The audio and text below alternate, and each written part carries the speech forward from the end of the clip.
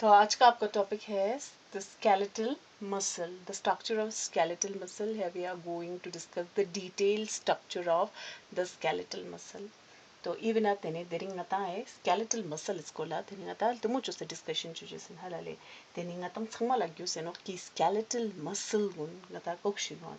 So as we know that there are three types of muscles present in the human body, and these are the skeletal muscle, the second one is the smooth muscle, and the third one is the cardiac muscle.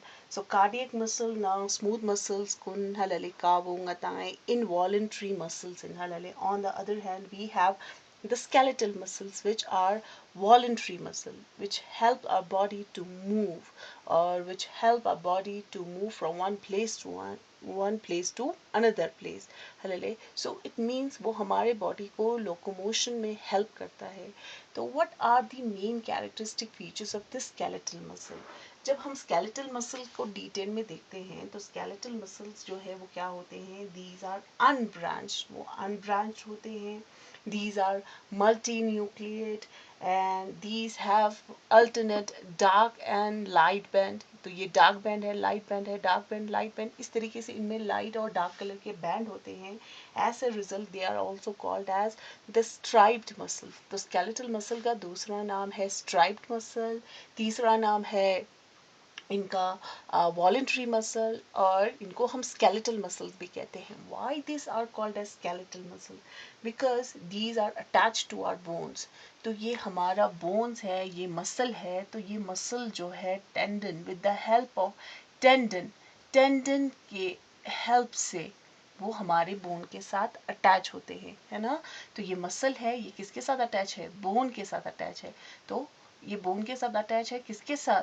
With the help of tendon के through ये यहाँ पे attach है. तो इसकी वजह से हमारे बॉडी में क्या होता है, हम इनके हेल्प से हम अपना बॉडी जो है वो मूव कर सकते हैं. तो इसको स्केलेटल मसल्स क्यों कहते हैं? Because they are attach to our bones. The muscles, the bones and the neural system, तो पूरे तीनों मिलके हमारे बॉडी में मूवमेंट कराता है. ओके नाउ अब चलिए इस मसल को हम और थोड़ा डिटेल में देखते हैं. जब हम इस मसल को और थोड़ा डिटेल में देखते हैं, what we see that each skeletal muscles in our body is made up of number of muscle bundles. बहुत सारे मसल्स बंडल्स के बने हुए हैं, और which are also called as the fascicles, जिनको हम क्या कहते हैं? fascicles कहते हैं. सो हम यहाँ पे लिख लेते हैं. So these are the muscle fascicles. So the muscle fascicles, these are the muscle fascicles, or we can say the fasciculus. So these are the muscle fasciculus. So हमारे बॉडी में क्या है? The skeletal muscles in our body is made up of large number of muscle bundles, or we can see the muscle fascicles, which are held together by a common sheet, which is called as held together. ये commonly held करते हैं together with the help of a common collagenous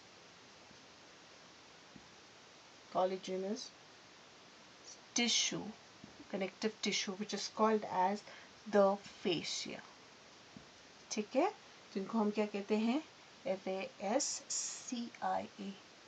okay, with the help of fascia. So these are the muscle bundles. ये muscle bundles है जो कि muscle के अंदर present है, और ये commonly किसके साथ covered होते हैं? with the fascia. okay? अब चलिए, अब जब हम एक एक muscle bundle को देखते हैं, इसमें आपको क्या दिखाई देगा? बहुत सारे और छोटे छोटे muscle bundles के अंदर muscle fibers होते हैं. ठीक है, सो मसल बंडल्स के अंदर क्या है? मसल फाइबर है. So each muscle bundle it contain a number of muscle fibre. So हर एक मसल बंडल के अंदर आपको बहुत सारे मसल क्या दिखाई देंगे? मसल फाइबर्स दिखने को मिलेगा. ठीक है, तो ये है muscle fibres which are present inside the muscle bundle. ठीक है, सो मसल जो है वो किसके बने हुए हैं, बहुत सारे मसल बंडल्स के बने हुए हैं, और बंडल्स के अंदर क्या होता है, मसल फाइबर्स होते हैं। ठीक है, अब इनके बाहर जो है, जो शीट है, इनमें आपको ब्लड वेसल्स दिखाई देगा, न्यूरल जो नर्व्स है वो भी आपको इसमें दिखाई देगा। ठीक है, now let's see the detail structure of this muscle fibre. अब चलिए हम एक करके इन मसल फाइबर्स को देखते हैं। ठीक है, अब चलिए, so this is the structure of the muscle fiber. Now when we see the detailed structure of this muscle fiber, तो muscle fiber में क्या होता है, इनको हम muscle fibers क्यों कहते हैं, because these are long in structure। तो आपको यहाँ पे ये इसका transverse section दिखाई दे रहा है, तो जब हम इसको longitudinally देखते हैं तो ये एक फाइबर के फॉर्म में होता है, these are long in structure। ठीक है, सो एज ए रिजल्ट इसको हम कहते हैं मसल फाइबर। जब हम इन मसल फाइबर्स को देखते हैं, इसमें आपको क्या दिखाई देगा, कुछ डार्क और लाइट कलर के बैंड दिखने को मिलेगा। ठीक है, so this is the dark band, this is light band, dark band, light band. तो इस तरीके से आपको क्या दिखाई देगा, डार्क और लाइट बैंड दिखने को मिलेगा। So the dark band which is also called as the A band, जिसको हम A band भी कहते हैं, whereas the light band is called as the I band. So the A band, which is the dark band, this is, A stands for anisotropic, whereas the I, it stands for isotropic। ठीक है, तो ये light और dark colour के band किस वजह से इनमें प्रेजेंट है, due to the presence of a protein which is called as the actin and the myosin. ठीक है, एक्टिन और मायोसिन जो हमारे प्रोटीन होते हैं हमारे मसल्स में, which help in the contraction and relaxation of the muscles. जब कॉन्ट्रैक्शन और रिलैक्सेशन होगा तभी हमारे बॉडी में मूवमेंट होगा, है ना। तो इनमें जो मसल कॉन्ट्रैक्शन में कौन सा प्रोटीन हेल्प करता है, एक्टिन एंड मायोसिन, और इन्हीं की वजह से इनमें क्या होता है, ये डार्क और लाइट कलर के बैंड दिखने को मिलता है। सो डार्क और लाइट बैंड जो है, इनकी वजह से स्केलेटल मसल्स को हमने क्या नाम दिया है, स्ट्रेटेड और स्ट्राइप्ड मसल भी कहते हैं। ठीक है, डार्क बैंड को हम क्या कहते हैं, ए बैंड कहते हैं। ठीक है, ए stands for an isotropic, whereas the I band, the light band is called as the I band, which where the I, it stands for isotropic band। ठीक है, अब चलिए, जो मसल फाइबर है, ठीक है, एक मसल फाइबर यहाँ पर जो हम कह सकते हैं कि एक सिंगल मसल सेल, ठीक है, मसल का एक सिंगल सेल जो है, इनमें आपको क्या दिखाई देगा, बहुत सारे न्यूक्लियस दिखने को मिलेगा, and this nucleus are just beneath the plasma membrane। ठीक है, तो these are multinucleate, मैंने पहले भी बताया था, skeletal muscle these are multinucleate। इनमें जो न्यूक्लियस होते हैं वो अपने प्लाज्मा मेम्ब्रेन के नीचे प्रेजेंट होते हैं। Okay, and they have the plasma membrane, we can say plasma membrane, the cell के बाहर जो आउटर मोस्ट कवरिंग जो है वो क्या है, the plasma membrane. Now here we do not say plasma membrane, अब यहाँ पे हमने इसका नाम यहाँ पे बदल दिया है, अब यहाँ पे प्लाज्मा मेम्ब्रेन, ठीक है, इनका स्ट्रक्चर सेम है, बट यहाँ पे हम इसको प्लाज्मा मेम्ब्रेन नहीं कहेंगे, बल्कि हम यहाँ पे इसका नाम देंगे सार्कोलेमा। ठीक है, सो द प्लाज्मा मेम्ब्रेन, यहाँ पे मैं शॉर्टकट में लिख लेती हूँ, प्लाज्मा मेम्ब्रेन को हम यहाँ पे क्या कहते हैं, जो मसल फाइबर है, मसल फाइबर के प्लाज्मा मेम्ब्रेन को हम कहते हैं यहाँ पे सर्कोलेमा। सर्कोलेमा यहाँ पे कहेंगे, और सर्कोलेमा के अंदर द साइटोप्लाज्म, जो साइटोप्लाज्म है, यहाँ पे जो साइटोप्लाज्म, अब फिर से हम इसको साइटोप्लाज्म नहीं कहेंगे, बल्कि हम इसको यहाँ पे कहेंगे सर्कोप्लाज्म। क्या कहेंगे, sarcoplasm। So the cytoplasm of the muscle fiber is called as the sarcoplasm। Okay, now यहाँ पे आपको इन मसल फाइबर के अंदर कुछ एंडोप्लाज्मिक रेटिकुलम भी दिखने को मिलेगा।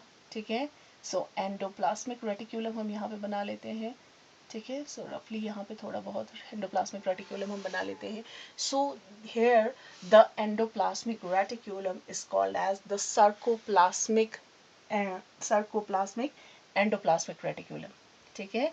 So sarcoplasmic endoplasmic reticulum. Now what is the function of this sarcoplasmic endoplasmic reticulum? जो हमारा जो मसल फाइबर है जिनके अंदर जो एंडोप्लाज्मिक रेटिक्यूलम प्रेजेंट होता है, इट स्टोर कैल्शियम. इनके अंदर कैल्शियम आयंस जो है वो स्टोर होता है, याद रखिएगा. So the calcium ion, it is very important for muscle contraction.